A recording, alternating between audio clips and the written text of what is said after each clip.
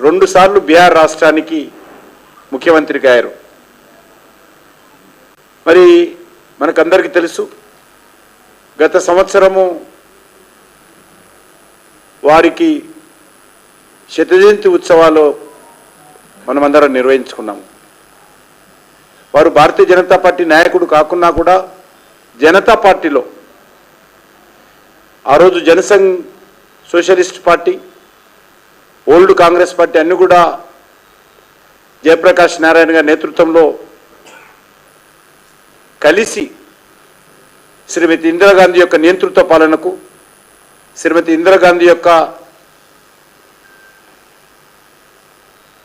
అధికార దుర్వినియోగానికి వ్యతిరేకంగా గలమెత్తిన విషయం మనకందరికీ తెలుసు. జయప్రకాష్ నారాయణ గారి పిలుపుతో జనసంఘ్, భారతీయ జనసంఘ్ సోషలిస్ట్ పార్టీ లాంటి అనేక ప్రజాస్వామ్య పార్టీలు జైల్లోనే ఉన్నప్పుడు, జైల్లోనే మాట్లాడుకొని జనతా పార్టీకి అవలంబించినప్పుడు సోషలిస్టు పార్టీ కూడా జనతా పార్టీలో మెర్జ్ చేయడం జరిగింది. ఆ సందర్భంగా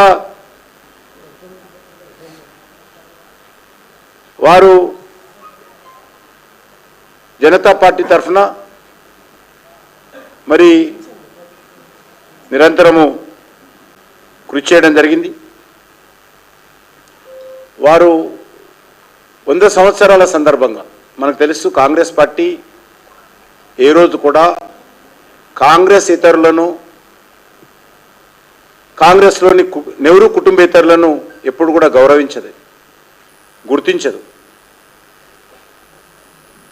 రాజకీయాలంటే కాంగ్రెస్ పార్టీ, కాంగ్రెస్ పార్టీ అంటే నెహ్రూ కుటుంబము. ఇక ఈ దేశంలో ఏ పార్టీ ఉన్నదా లేదా, ఏ పార్టీ నాయకుడు ఉన్నారు, ఏ రోజు కూడా వాళ్ళు నెహ్రూ కుటుంబం ఎవరు కూడా గౌరవించిన పాపాన పోలేదు.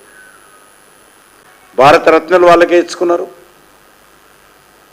అన్ని రకాల గౌరవాలు వాళ్ళకు వాళ్ళే బతుకున్నప్పుడు, చనిపోయినప్పుడు ఇచ్చుకున్నటువంటి అత్యంత దుర్మార్గమైనటువంటి వ్యవహారం నడిపినటువంటి పార్టీ కాంగ్రెస్ పార్టీ.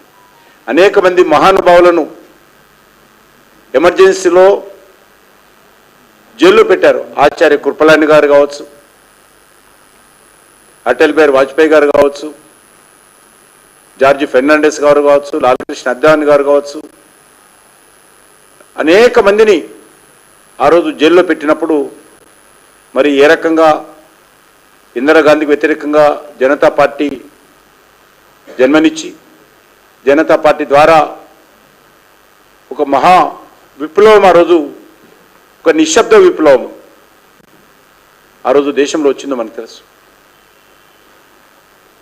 జైల్లో ఉన్నప్పుడే ఎన్నికలు ప్రకటించి ప్రతిపక్షాల ఐక్యత కానీ, ప్రతిపక్ష పార్టీల అభ్యర్థులను ఎంపిక చేసుకోవడానికి కానీ, ప్రతిపక్ష పార్టీలు ప్రచారం చేసుకోవడానికి కానీ, ప్రతిపక్ష పార్టీలు వనరులు సమకూర్చుకోవడానికి కానీ ఏ రకమైనటువంటి అవకాశం ఇవ్వకుండా అందరూ జైల్లో ఉన్నప్పుడే ఎన్నికలు ప్రకటించి ఆ తర్వాత మీసా రద్దు చేసి వీళ్ళందరినీ వదిలిపెట్టారు.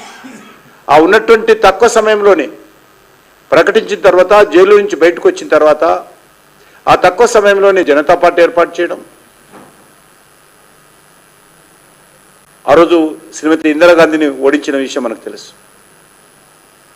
దాంట్లో ఆ యొక్క జనతా పార్టీ ఉద్యమంలో, జనతా పార్టీ నిర్మాణంలో, కాంగ్రెస్ పార్టీ వ్యతిరేకంగా జరిగినటువంటి పోరాటాల్లో